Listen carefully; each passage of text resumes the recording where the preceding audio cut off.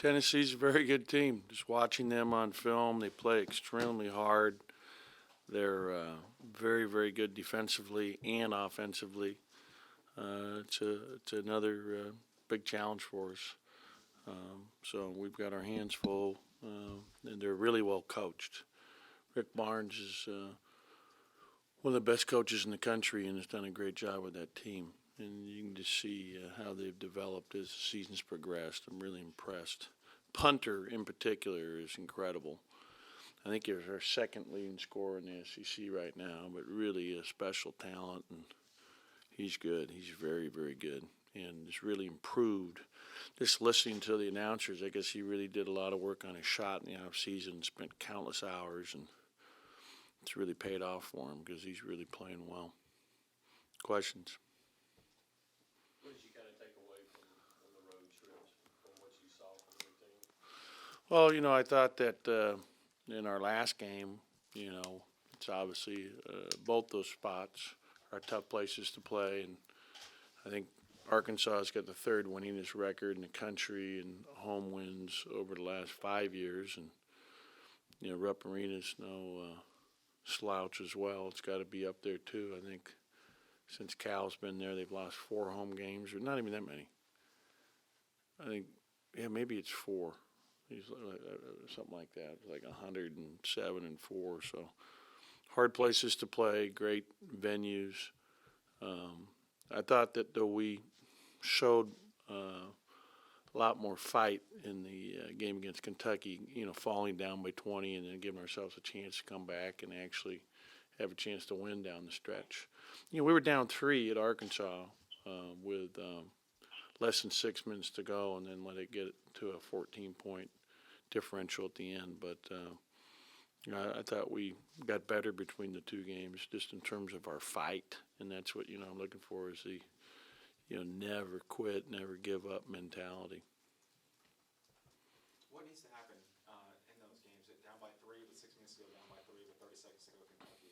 What needs to change to pull out those close wins, or I guess losses to close wins? Yeah, it's just possession by possession, Michael. I mean, it's getting stops, getting and not allowing. It's the same thing here at home against A&M. I mean, we're a 2-point game or tie game with less than a minute to go. I mean, all the games that we've played have come down to being tight games at the end. It's getting stops. It's not allowing like against Kentucky, it was down 3 with a minute to go. They miss a shot, and we go soft to the block out, and they get it back and put it in to go up 5. Against Arkansas, it was probably coming out of the zone the way they were shooting it. It should have come out of it and not let them get those open threes. Maybe that limits them from their threes. I don't know. Is that just a growing process for the team, knowing for a group of seniors who've never really won those close games, just learning how to win? Yeah, but it's just possession by possession. It's and then being able to score at the other end, being able to get a good shot. Do you see any parallels between where you're at right now in your first year and where Coach Barnes is in his first year at Tennessee? You know what? I haven't paid that much attention to it in terms of Tennessee, but there's 4 new coaches in the conference this year. Mike White and Avery, and I think that as I said when we all started coming in this year, the basketball is trending upward in the SEC. I think the league's going to keep getting better and better. And when I watch these other games on TV, I'm just really impressed with the talent level in our conference, and how competitive and how tough all these teams are. It's a dogfight every night, every game. There's been very few blowouts when you look at around the league. So it's tough. When you look at the road losses specifically, it's close at halftime, and then even in Kentucky, you score the first basket, then the 14-0 run by them. What's happening out of the locker room where you guys are just getting beat in that period? That's the million-dollar question there, because I've been talking about that for a while. You're going back to even the Tulane game. We have a 6-point lead. We come out here at home flat and don't get off to a great start. I mean, typically, as I go back and think about my coaching career, my teams have been second half teams. So it's just strange for me to relate, you know. But that's a key for us is how we had the game tied at halftime. It was a 4-point game at Arkansas, and they came out and jumped on us right away. And usually when you're on the road, I mean, that's what a home team's going to do. We only got a 4-point lead or, whatever it is, an 8-point lead at Kentucky. You want to come out and jump on them these first 5 minutes. And we talk about that. And, obviously it's critical to do better. We'll go to the phone. David, do you have any questions? Hey, Ben, this is David from the Associated Press. I know that for most freshmen, Malik Newman scored about 13 points a game. Those would be pretty good numbers, but some people have, I don't know, there just seems to be a feeling that maybe he could do more or something. Are you pleased with his development so far, or where do you think he is in his game? Yeah, you know what? I think in conference he's averaging closer to 14. He's 15?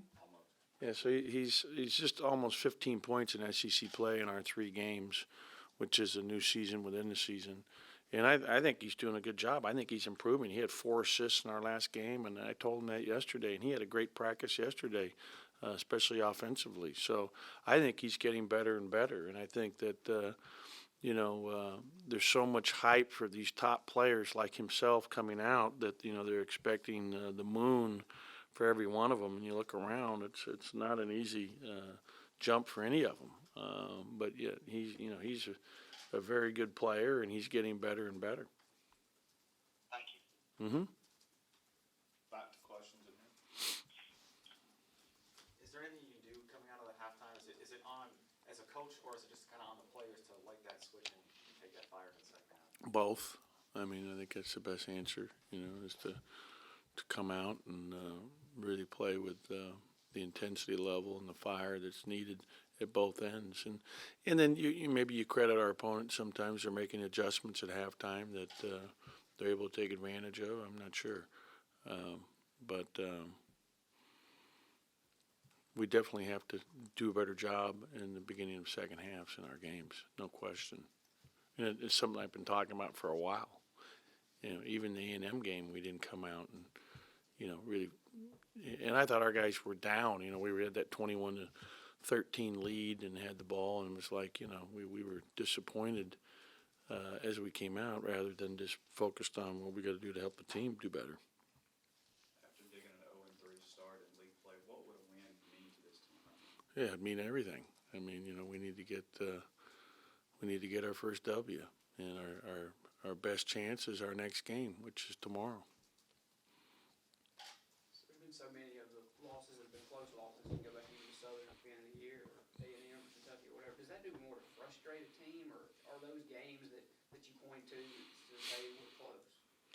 Yeah, I don't. I think it's tough when you lose close games. But on the flip side, I guess I'd rather lose a close game than get blown out by 30. Where you're showing fight and it's competitive all the way through. It shows that we're not that far away. To our guys, I think, and that they are, showing fight, and they're not, just laying down when they get down, which is important to me. I've always believed that, you fight, tooth and nail for every second that you're out there, and that's how you get better. That's how you improve, and that's how you learn to compete.